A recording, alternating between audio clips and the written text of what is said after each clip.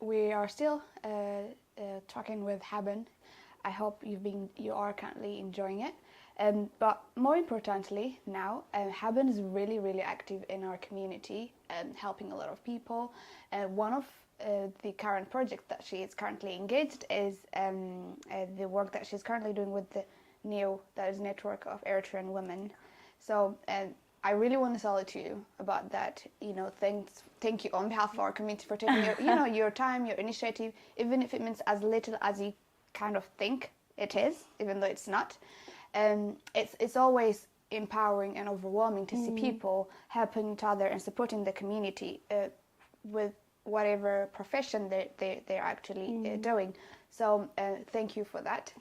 And secondly, tell me more about the project that you're currently running with the NEO. So I recently joined Network of Eritrean Women, and it's run by amazing, inspirational women that do amazing work in the community. And I guess what I do is a very tiny part of that. Yeah. So what we've been doing... Every little helps.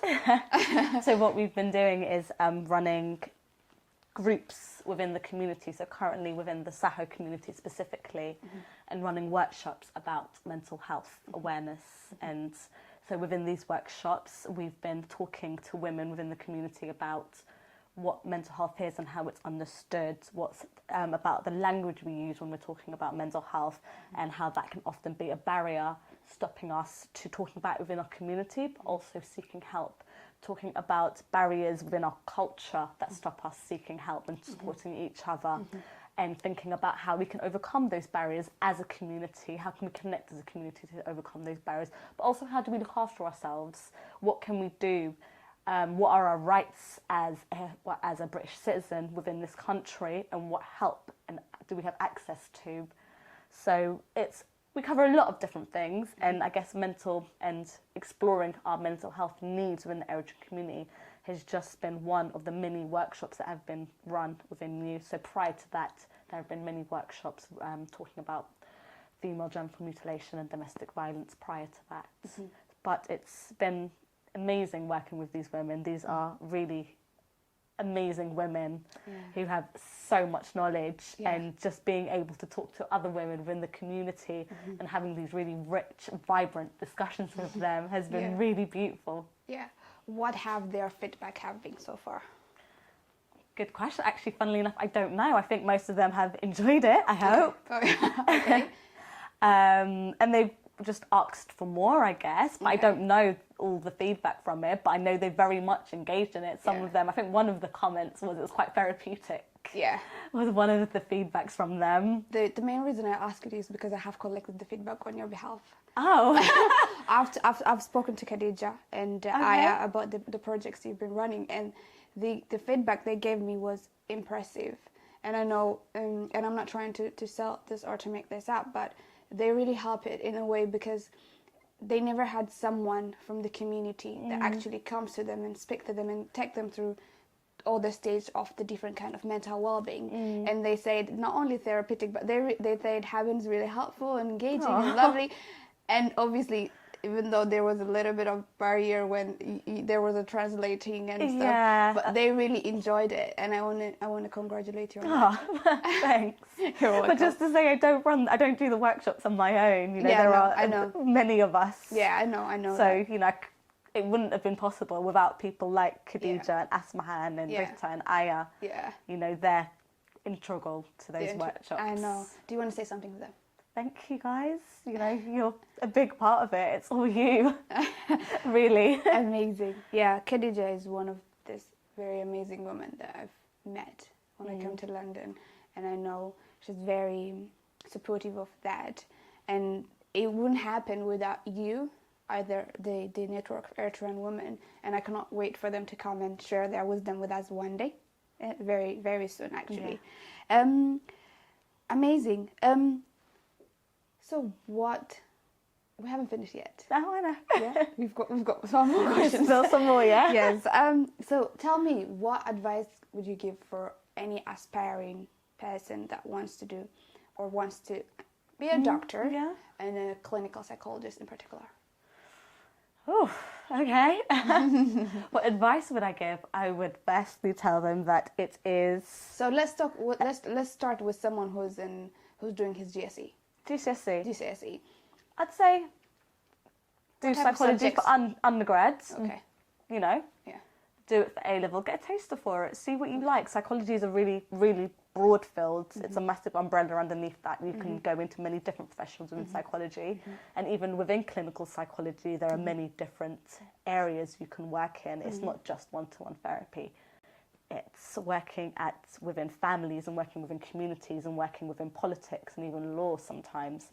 So I would say just read into it, get a taste for it, see what it's about, see if it's something that you're interested in. And if it is, I would say don't give up on it. I'd say go for it and just work at it and link in with different people, go talk to people, email other professionals and just try to get experience wherever you can get it. It's not just about getting assistant psychology experience or a research assistant post. It's actually about making all the little things you do count. So all those other little areas that you may work in that you may think are useless actually are really important.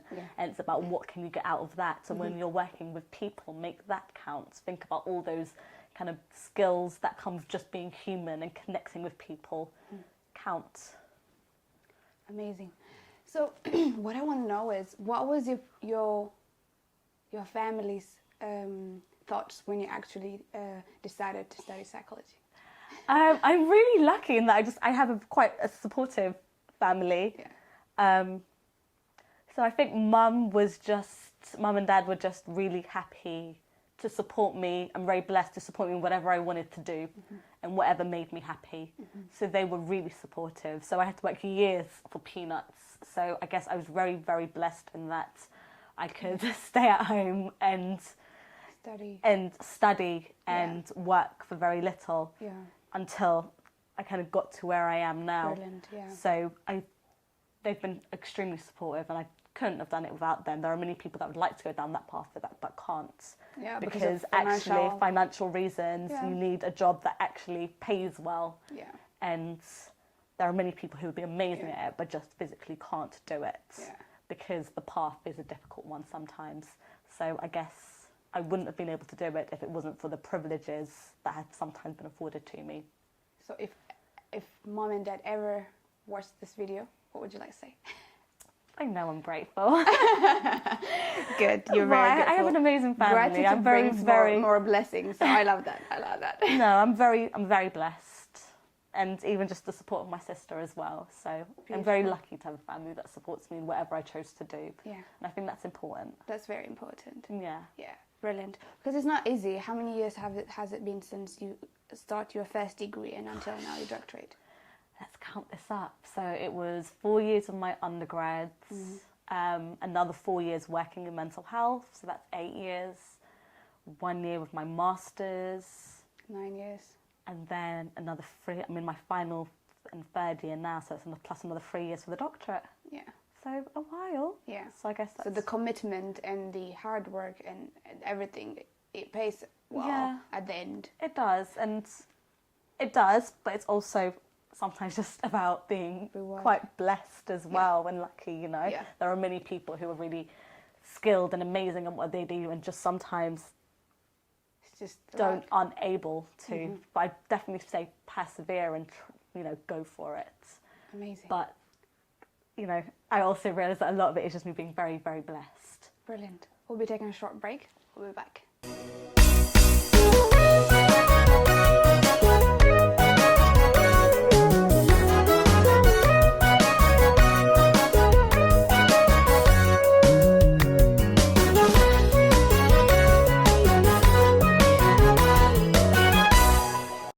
Okay, so Haben, now we are at the final phase of our interview. But before we close out, I want to know, what is the day that you never forget as a clinical psychologist, a trainee clinical psychologist? That is such a hard question. Gosh, I guess if there's a day that sticks out in my head, being that I'm in my final year, a day that will always stick out is just getting my acceptance letter and getting onto the course. So that was a day that will always stick out. What was your reaction? Did you scream? Did you cry? I did. I remember coming home from a really long day at work, and it was around 10 o'clock at night, and I got the letter, and maybe, what did I do? I don't remember. I think I screamed, jumped up and down. Amazing. Told my family, phoned my friends. That was a really big moment. It felt like a door had opened. Yeah. So that was really good. I guess that will stick out. Yeah.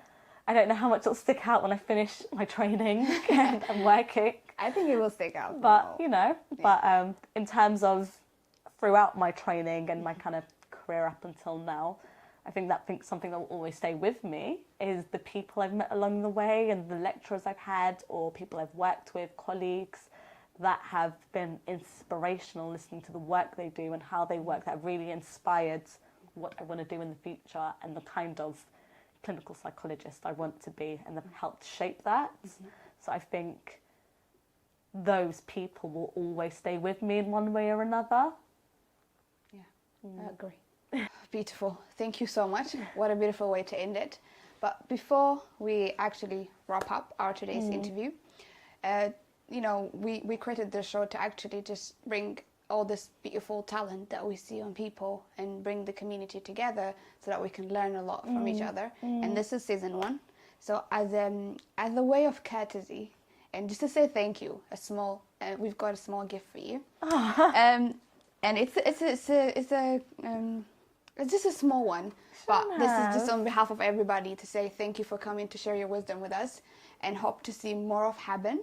But before we close, Thank you. You're welcome. I feel like I need to get you a gift now. It's okay, you don't have to. But I just want to say thank you so much. You know, absolutely thank you very much for your time. It's not easy. Everybody have a very tight schedule, but thank you for making time for us. So I don't know. I want to give you a chance to say if you have anything that you haven't said or addressed, and your future plans, because we want to see more of this in the community. Yeah. Well, I guess I just firstly want to say thank you to you. You're welcome. You probably know I had no intention to do. It's okay. Well, you know, thank you to you for doing this. I think what you're doing is amazing and inspirational, and I can see your passion when you're doing it. So that's beautiful. I try my best. I guess this is, but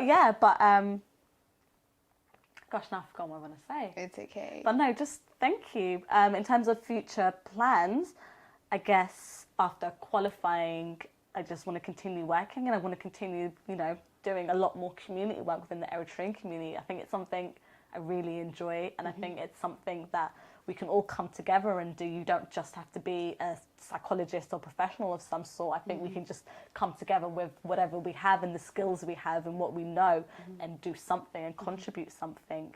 So I guess just to continue connecting to people in our community and trying to build the community we have in the UK. Amazing. Thank you so much, Haben. Thank you. كبرات تعذبتنا كم تكتاتلوا صنحكم مسحبن زعنحنا علال ودينا لنا ኣብዚ መጽእ ኣብ ዝተፈላለየ ፍልይ ዝበለ ኣርእስቲ ክንረኸብ ኢና ምስኹም ፀናሕኩ ኣደላዊት ናይ ዝመደብ እዚ ሜሪ ማግደላን ደበሳይ ምስ ሙሉኣት ናይ ሜሪ ቶክ ሾው ክሪው ብምዃን ኢና ሰሰናዩ